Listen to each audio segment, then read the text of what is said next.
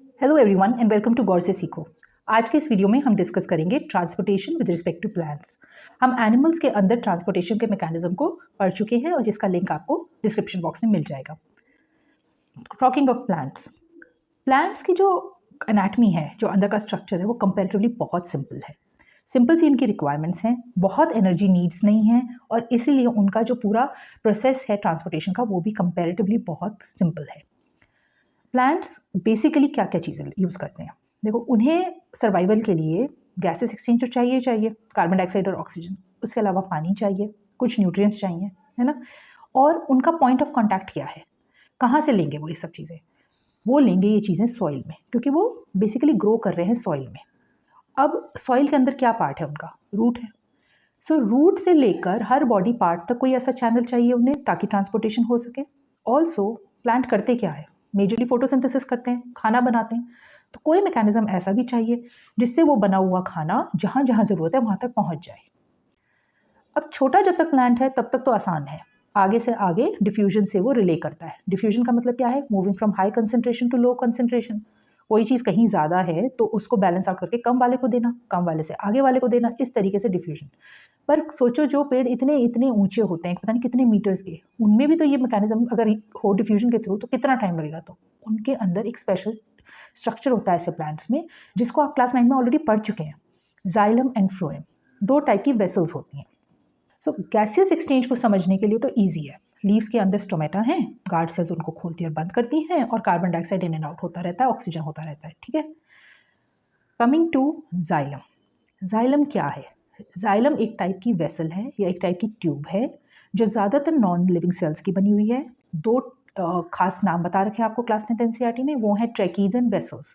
Tracheids basically dead है, बिल्कुल बीच में बिल्कुल खोखली हैं, दे आर अंदर कोई भी सेपरेशन वो नहीं है, डिवीजन नहीं है, सीधी पाइप की तरह, स्ट्रॉ की तरह, ठीक है। और कुछ जाइलम वेसल्स हैं जो थोड़ी लिविंग है। इससे पूरा एक चैनल बना होता है from the root hair till every part of the plant. Stem में, ब्रांचेस में, लीव्स में, सब जगह नेटवर्क फैला हुआ होता है।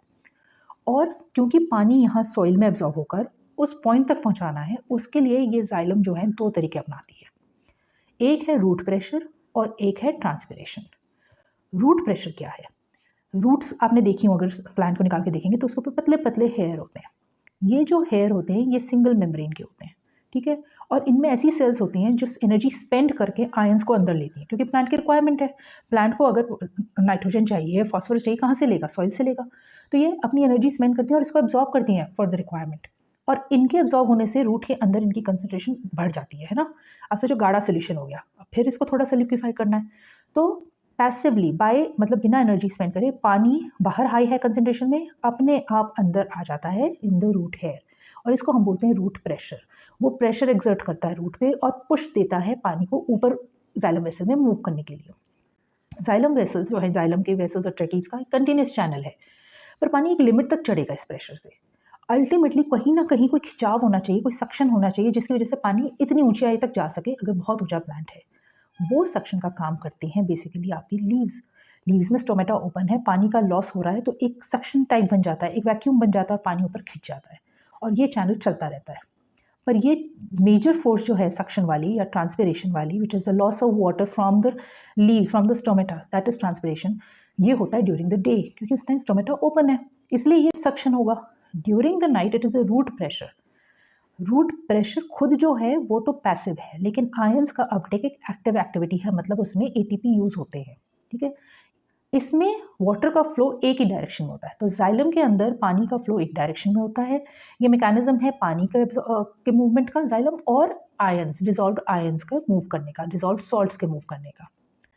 दूसरा वाला जो चैनल है जिसमें खाने का मूवमेंट होता है, खाना जब बन गया लीव्स में, ठीक है, सॉल्युबल फॉर्म में है, उसको ट्रांसलोकेट करना है। ट्रांसलोकेट मतलब from the region where it is produced to the region where it has to be used और स्टोर्ड, उसको बोलते हैं ट्रांसलोकेशन।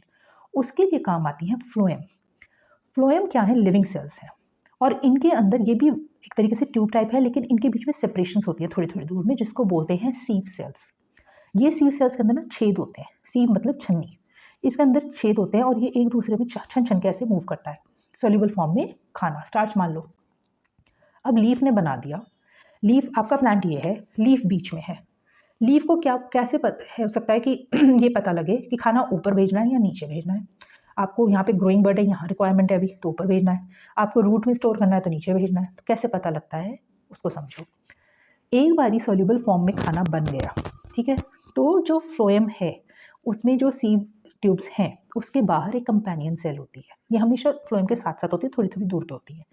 ये एनर्जी स्पेंड करती हैं, कंपेनियन मतलब साथी, ये एनर्जी स्पेंड करते हैं और उठा के लोड करके स्टार्च को, जैसे हम लोड करके सामान कहीं रखते हैं, इस तरीके से ये लोड करती हैं और फ्लोएम में इस खाने को पुश करती हैं। ठीक, इसके लिए एनर्जी स्पेंड होती है, ये एक्टिव मैकेनिज्म है। एक बार अंदर चला गया फ्लोएम के अंदर, उस खाने की कंसनट्रेशन बढ़ गई, तो जैसे रूट में आयंस की वजह से कंसनट्रेशन बढ़ी थी, अब पानी अंदर आया, इसी तरीके से खाने की कंसनट्रेशन बढ़ने से पास वाली जाइलम उसको पानी देती है। पानी देते ही पुश लगता है और खाना मूव करता है और उस ऑर्गन में जाता है जहाँ उसकी कंसनट्रेशन कम है। अगर तो ये ऊपर कम है तो ऊपर मूव करेगा और अगर नीचे कम है तो नीचे करेगा। तो जिस डायरेक्शन में भी करेगा इट विल डिपेंड ऑन कि उसको रिक्वायरमेंट कहाँ है जाने की, जहाँ उसका कंसनट्रेशन लो है सॉल्युबल कंपोनेंट का, और पानी के साथ मिलके द मूवमेंट बिकम्स ईजी और चला जाता है। और जब फ्लोएम में से कंपेनियन सेल उठा के उसको लो कंसनट्रेशन में चला जाए, ये कोई एक्टिव मेथड नहीं है, ठीक है, यहाँ पैसिवली मूव कर जाएगा क्योंकि लो कंसनट्रेशन में जाना आसान है। इसको बोलते हैं अनलोडिंग, और पानी जो था जाइल वो वापस जाइलम में चला जाता है, तो पानी भी मेंटेन रहता है और मूवमेंट भी फ्लोएम में होता रहता है। सो ये है basically mechanism of transportation of water and dissolved और the food which is made in soluble form in the plants. Important to remember here is कि जाइलम जो कर रही है वो ज़्यादातर डेड सेल्स होते हैं, फ्लोएम लिविंग होती हैं। जाइलम में यूनी डायरेक्शनल फ्लो है, एक डायरेक्शन में चलता है, फ्लोएम में बाई डायरेक्शनल है। जाइलम पानी और डिजॉल्व सॉल्ट्स को करती है मूव और फ्लोएम करती है सॉल्युबल फूड को, और food in soluble form. Next lecture में हम डिस्कस करेंगे the last life process which is excretion, और उसके बाद करेंगे Intex questions and back exercises. Thank you for watching.